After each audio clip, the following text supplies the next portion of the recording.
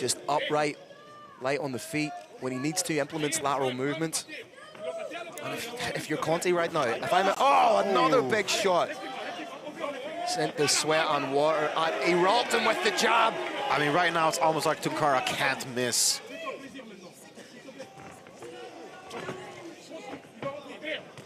Oh, again. The shots you're throwing are just too quick for Conti to get the hands up. 90 seconds. Can Tunkara get the finish? I mean, the way that he's fighting, he's not far off.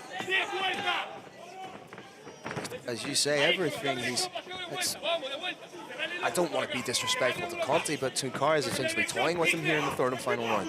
Oh, absolutely. I mean, Conti looks like the one who's pressing the action, he is the aggressor, and sure, to some extent he is, but he's not the one finding success. He's walking on the shots here. He walked onto that stiff jab. It wasn't necessarily the power created by Tunkara, but Conti walked right onto it. Another big shot over the top. It's as he's switching directions as well. It's beautiful.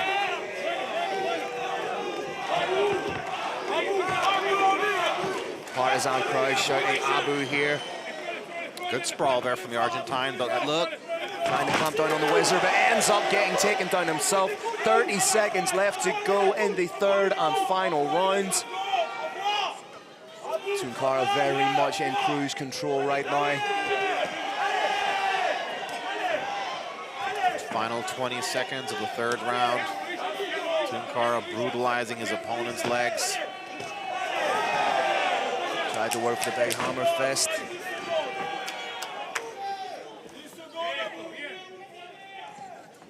Lets him back up. And basically walked away from that fight in a sense.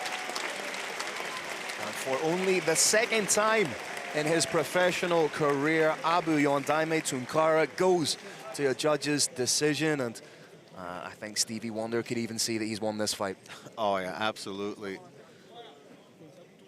And he just got more and more dominant. Grew into the fight, yeah. Yeah. Grew into the fight, Seb, yeah. I don't think it'll take the judges too long. Really needs to grab this fight by the scruff of the neck. He needs to take it to Ionala. Yeah, absolutely. I mean, he's working really. Landed a few good shots, Seb. Yeah, now he's starting to take things a little better, I think. Oh, lovely hook. Lovely lead hook from Ionala, but... And Grigori seemed to think so too. Egging his opponent on. Grigori's got a big old head on him, you know, he's a hard dude to knock out. You can barely see where his head ends and the rest, you know, his torso starts. Has only been finished by strikes once in his career. And he does look like he's getting frustrated here by the movement and the game plan of Ionala, which for me has been spot on when fighting a guy like Grigori. That being said, though, he'd be less frustrated if he cut the cage a little more successfully. He's kind of following Ionala, where he should be sort of cutting angles instead and backing Ionala into corners. Good stiff jab by Ionala, gets the approval of Grigori.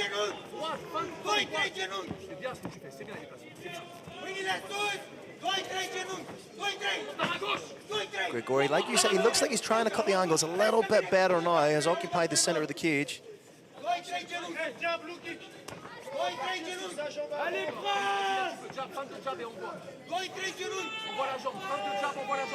Grigori really needs to make something happen. The onus to make something happen lies with him right now. Conceivably, he's down 2 rounds.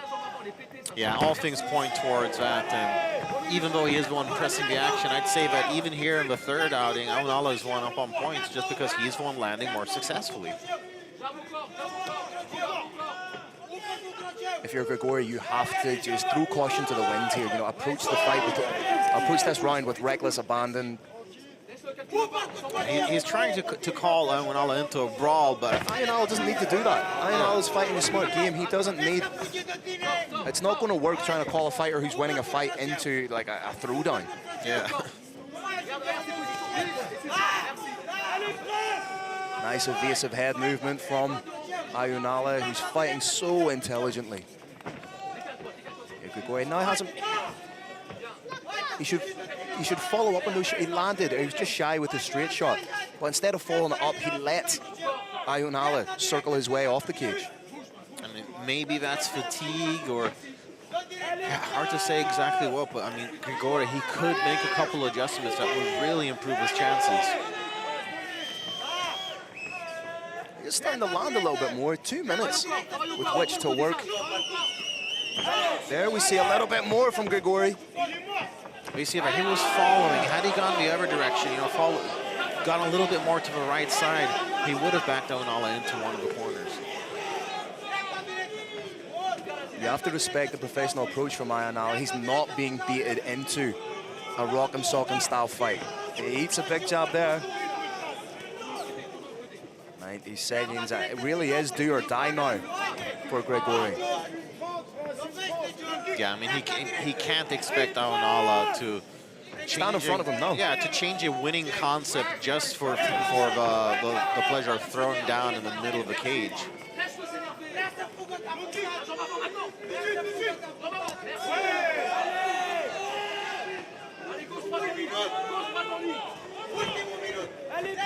When Grigori starts doubling up on his shots a little bit, he has been successful.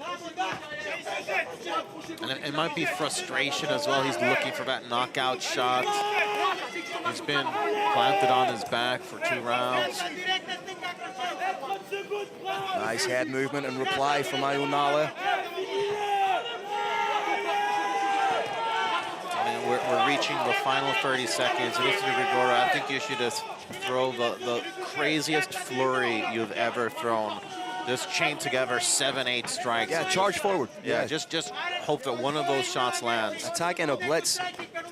Oh, so intelligent again from Ayunala. Scores the takedown, and usually with a performance like that, I would say to a fighter, take a bow, but because we are in the presence of His Majesty, I will bow, I will curtsy, I will plie. A very dominant performance against a top-tier European heavyweight. The leg lock game of Jean-Francois is incredible. Just triangling nice. Even when Rocha, the challenger, has been trying to be offensive, Jean-Francois hasn't looked in any kind of real damage or any kind of real danger. Oh, absolutely. I mean, after this, she should take it to Las Vegas. She has an excellent poker face, if indeed she has been in any danger at all. You would not think so by her calm demeanor. Very chill. Black on chilly, top. perhaps. Hey! Black on top is the champion. Maybe trying to work for a Kimura here. Plenty of time to do so, just under 3 minutes.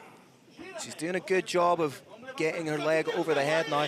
I would like, if she gets the Kimura grip, I'd like to see her use her elbow almost like a xylophone up and down the ribs of Rocha to try and open that up. Again in the dominant position. Maybe even spin for the armbar. More elbows to the midsection. These are proper rib ticklers. Maybe trying to set up a choke. You can see her digging an arm in. Perhaps trying to go for the Dars. They land a couple of frame off elbows here just to soften. Push up. There's a nice elbow right in front of us here in our broadcast position. Kind of the almost modified crucifix position, the way that she has Hosha's right arm pinned to the canvas. Another very clean elbow sliced in by the champion. And it's just constant pressure. She's giving Hosha absolutely no space with which to work. Oh, absolutely. I mean, you'd think that there's going to be a couple of diamonds left in the cage after this, just because of the amount of pressure she's putting on here. Nice head position as well. Fundamentally, everything that Jean-Francois is doing right now is spot on. Oh, absolutely. It's, again, one of those cases where I can't really even find a critique of what she's doing. And her flow between positions is just effortless.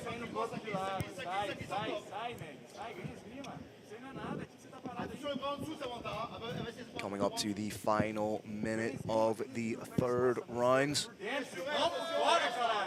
And it has been all Jean-Francois, the champion, putting on a championship performance in this round. Oh, absolutely.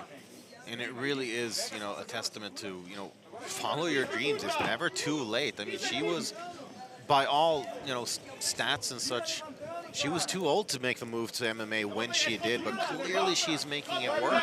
Oh, lovely hammer fist being landed by the champion.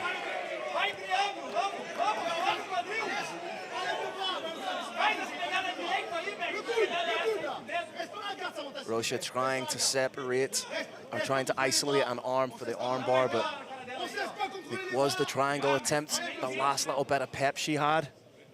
Yeah, that's a good point. That was that the last-ditch effort, or was that just, you know, improved tactics? Looked like she took a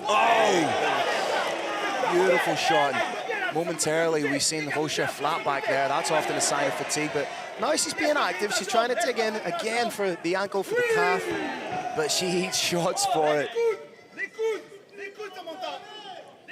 This is a statement-style performance from Jean-Francois. Oh, yeah. I mean, any detractors or doubters heading into this fight are surely proved wrong now.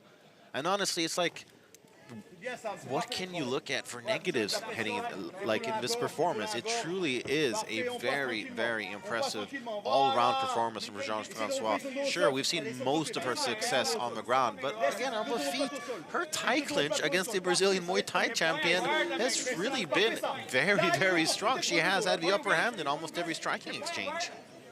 Trying to pass the side control is the champion Jean-Francois. And even though she has a 50-50 record, I mean, a lot of her losses have aged very, very well, like you mentioned earlier on. I mean, a loss to current UFC strawweight champ Zhang Wei Li. She also has losses to WWFC champ Svetlana Gotsik and former WFC champ Aliona Rasonia, who was the first fighter to beat Stamp Fairtex in MMA. So it's like, again, those losses have aged very well. And again, when it comes to, like, we've seen fighters like Mark Hunt, for example, for the most part, yes, if you have a positive record, it looks great, but it's not like boxing. When it comes to mixed martial arts, the ethos of records or for DJs comes into play. Oh, yeah.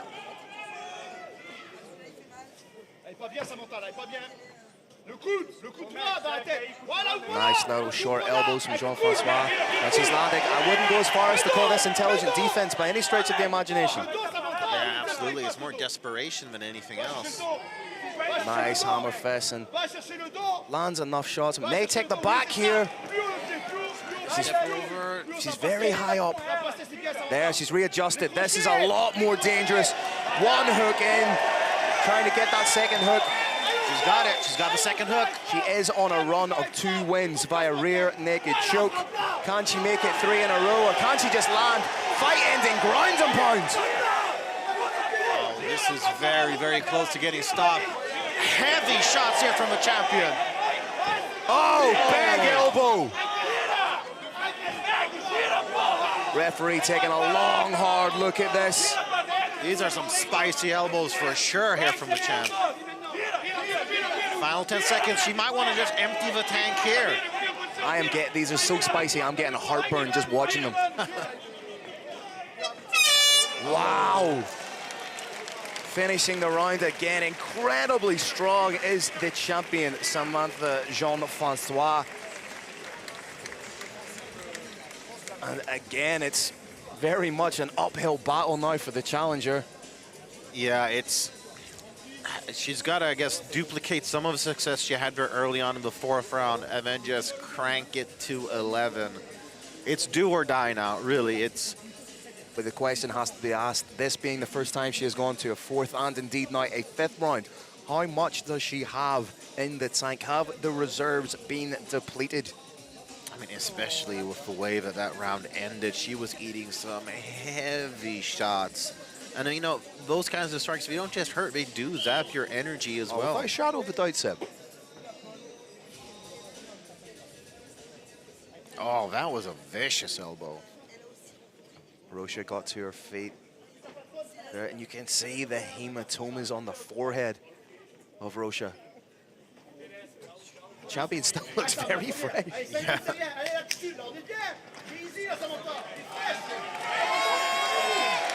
I can only hope that I'm in as good shape and conditioning when I'm 36.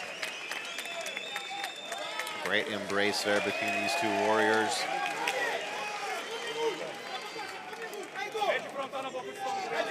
Can Hosha shock the world and snatch victory from the jaws of defeat, or will we see the champion retain?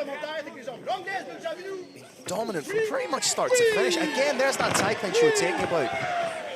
She's going for a takedown here is Hosha, but look at that defense, stuffing the head down. Oh, and she's going to turn and then up on top. That is what I mean. I assume this is what Hosha should have been doing. Any time that the back touched the mat or she went off 2 feet, Jean-Francois sprang right back up, turned it into an advantageous position. Yeah, absolutely. I mean, she's passing this test with flying colors. On paper, this should have been one of her toughest fights, but it's honestly one of her easiest. Beautifully dominant performance. May find herself working into the mount here. Almost as more of a neck crank grip she has at the minute. She's in that kind of 3/4 mount. Very, very high mount here. Needs to be careful. Needs to connect those hands for the mounted guillotine. Can't quite see if she has them connected, Seb. Yeah, it's both from the camera angle and our broadcast position. It's not really helping us see the positioning. No, she is just... I'd like to see her just posture and land big, big strikes here. Yeah, absolutely. I do think that if she just lands a succession of a couple good strikes, it could be over. There's the mount solidified. It's basically mirroring the end of round 4, but there's so much more time left to work with. Midway point of the 5th and final round. Back take here. Both hooks in. Jean-Francois. Very, very dangerous, but the only sort of moral victory you can take away from Hosha is that you're staying in there. Yeah, heart of a warrior for sure. Nobody's ever going to doubt that. Nice trap of the wrist here by the champion. Again, just landing big shots. Switches to the body triangle. At this stage of the fight, it's going to be even more difficult. Hosha needs to turn to the side. It's locked on, does so. That'll alleviate a little bit of pressure. Palm to palm grip. Switches to bicep for the jump. I think it's more on a crank right now. I don't think it's under her chin, but regardless, that could still get the tap. 90 seconds, and what has been, for my money, the best performance in the career of Samantha Jean-Francois. Oh, 100%. Listen to the thud of these hammer fists. Yeah, I mean, she's basically playing the drums with Hosha's head right now. This might be one of those instances where you say that a fighter is too tough for their own good. Yeah, I'm inclined to agree. Honestly, I just don't see how Hosha is going to turn this around. Oh. Final 60 seconds. Can the champion crown this victory with a finish? That's essentially the only thing she has not done. Yeah, that would be the one thing. It's the only criticism we have, Seb. Yeah, really. And that's really us being hard-pressed to find something. And honestly, it's like, I feel like this performance is almost more... Oh, she's got the choke lock. Not sure if it's under her chin. She is squeezing with everything she has. There's the top! Ladies and gentlemen, Samantha Jean-Francois defends the title in one of the most emphatic performances we have seen in not just French MMA, but MMA on a global stage. That was not just one of the best, or the best performance of Jean-Francois' career. That might have been the best, most one-sided performance we've seen in Hexagone MMA so far. The one thing that we said was missing as well was a finish, and almost just as we said it, she got it. I mean, it was just complete and total domination. A+ performance, 10 out of 10 performance, any kind of perfect score that you want to give, she got. And that is her third finish via rear naked choke. At 36 years old, she's the female Norman Park. Like a fine wine. Every time we see her, she's improving. And that, for me, is the best performance of her career, undoubtedly. Oh, absolutely. Complete one-way traffic. There you see the finish, just hammer fist after hammer fist. 4 minutes 34 dans le 5e round. Étranglement arrière. La gagnante est toujours strawweight champion of the world!